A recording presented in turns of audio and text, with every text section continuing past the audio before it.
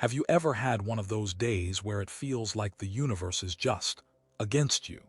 You spill coffee on your favorite shirt, you're late for an important meeting, and then you get an unexpected bill that you have absolutely no idea how you're going to pay.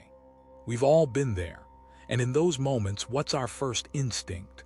To blame, to complain, to look for something or someone outside of ourselves to hold responsible for our misery. But what if I told you that this entire time, you've been looking in the wrong direction? What if the key to changing everything you're experiencing isn't out there in the world, but deep inside of you? I know. It sounds like something out of a fantasy novel. But stick with me for a little while, because today, we're going to explore a radical, life-altering idea. An idea that has been taught for decades by one of the most profound spiritual thinkers of the 20th century, Neville Goddard. This isn't just about positive thinking or wishful affirmations.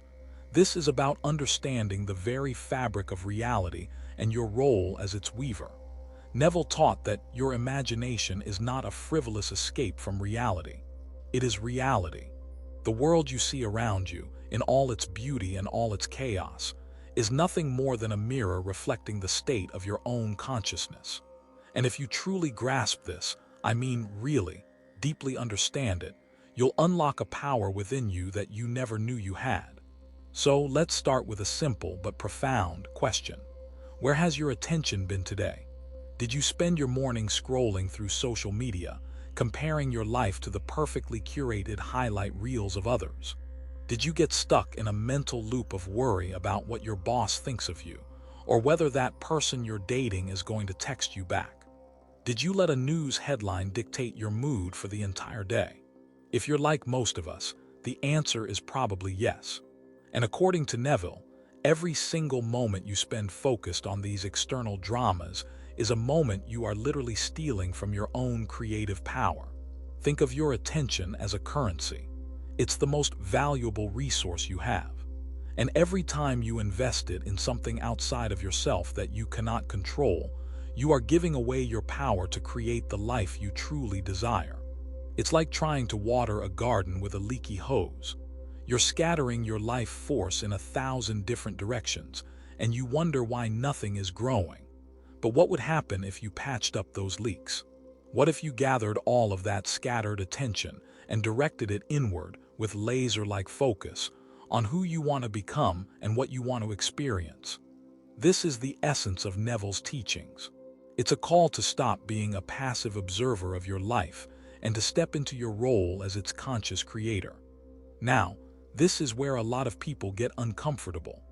The idea of being a conscious creator sounds empowering, but it also comes with a heavy dose of responsibility.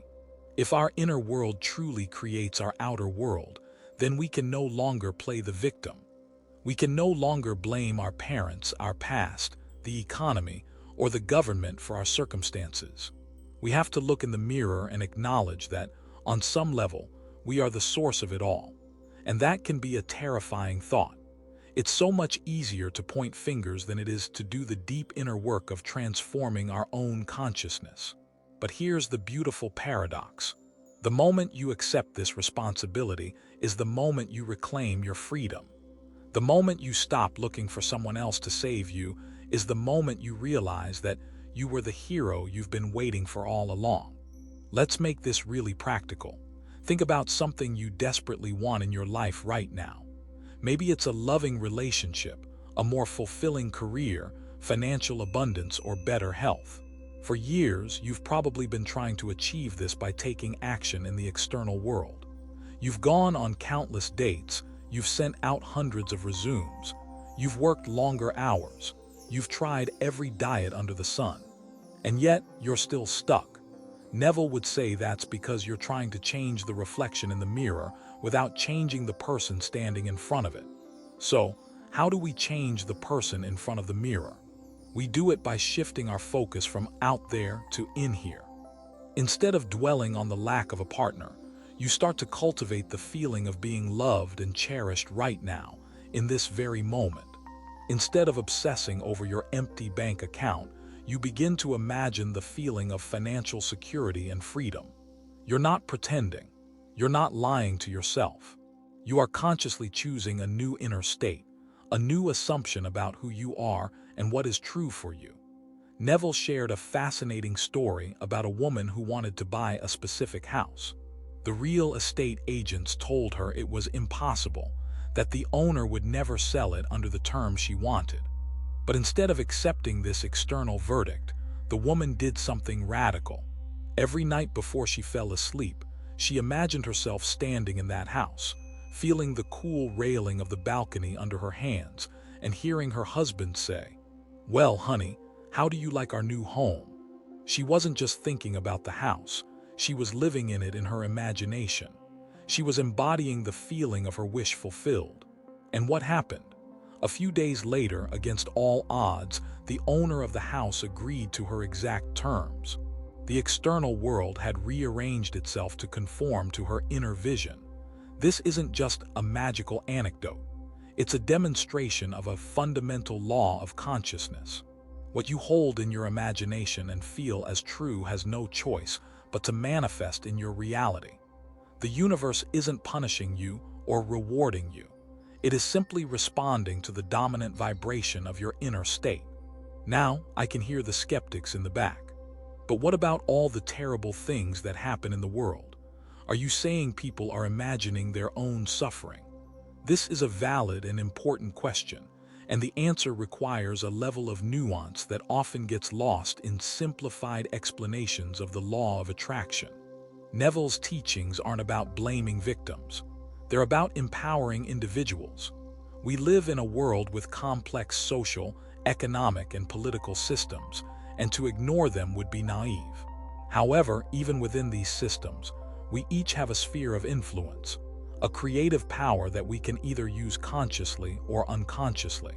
The point isn't to deny the existence of external challenges, but to recognize that our primary point of power is not in fighting against them, but in cultivating an inner state that is so strong, so unwavering, that the external challenges begin to dissolve or transform in its presence. Think of it like this. If you're trying to navigate a ship through a stormy sea, you have two choices. You can spend all your energy cursing the wind and the waves, or you can focus on steering the ship with skill and intention. The storm is real, but so is your ability to navigate it. By focusing on your inner state, on your desired destination, you become a better navigator. You start to see opportunities where you once saw only obstacles. You begin to attract the resources and the people you need to help you on your journey. So, how do we start to practice this in our daily lives? It begins with a simple but profound act of self-awareness. Throughout your day, start to notice where your attention is going. When you catch yourself worrying about what someone else is doing, gently redirect your focus back to yourself. Ask yourself, what do I want to feel right now? Who do I want to be in this moment? If you're feeling anxious about a work presentation, instead of letting your mind spiral into a vortex of what-ifs, take a moment to imagine yourself giving the presentation with confidence and ease. Feel the applause, feel the sense of accomplishment.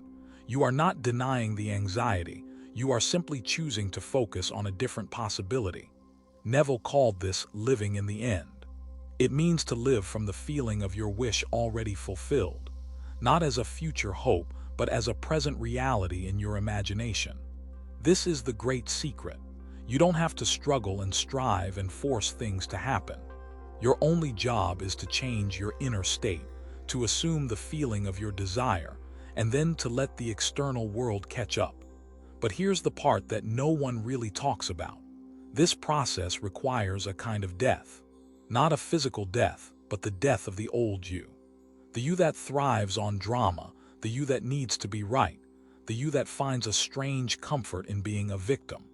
In order to become a conscious creator, you have to let go of the part of you that is addicted to external validation.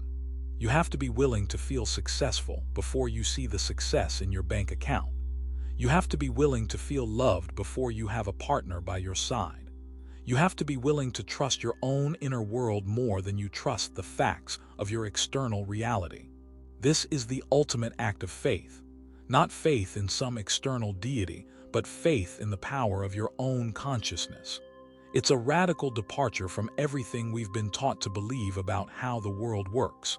But if you're brave enough to try it, to really commit to this practice of inner focus, you will begin to see miracles unfold in your life. You will start to realize that you are not a cork tossed about on the waves of circumstance, but the captain of your own magnificent ship. So tonight, before you go to sleep, I invite you to try a simple experiment. Think of one thing you desire, and instead of begging or pleading for it, simply close your eyes and imagine that it is already yours. Feel the joy, the relief, the gratitude of having it. Don't just see it in your mind's eye, immerse yourself in the experience. Let that feeling be the last thing you are conscious of before you drift off to sleep. And then tomorrow, go about your day with a quiet confidence, a secret knowledge that your desire is already on its way to you. This is not a one-time fix. It's a lifelong practice. There will be days when you forget. There will be moments when you get sucked back into the external drama, and that's okay. The key is to be gentle with yourself. Every time you remember, every time you redirect your attention back to your inner world, you are strengthening your creative muscle. You are reclaiming your power. So let me ask you again, where has your attention been today? And more importantly, where will you choose to place it now? Because in that choice, my friends, lies the key to everything. You have within you a power that is greater than any circumstance, any challenge, any limitation. And it is just waiting for you to turn your attention inward and awaken it. Stop wasting your precious life force on things that do not serve you. Focus on yourself. Focus on your inner world, and watch as the universe rearranges itself to match your newfound conviction. You are not just a part of this world. You are its creator, and it's time to start acting like it.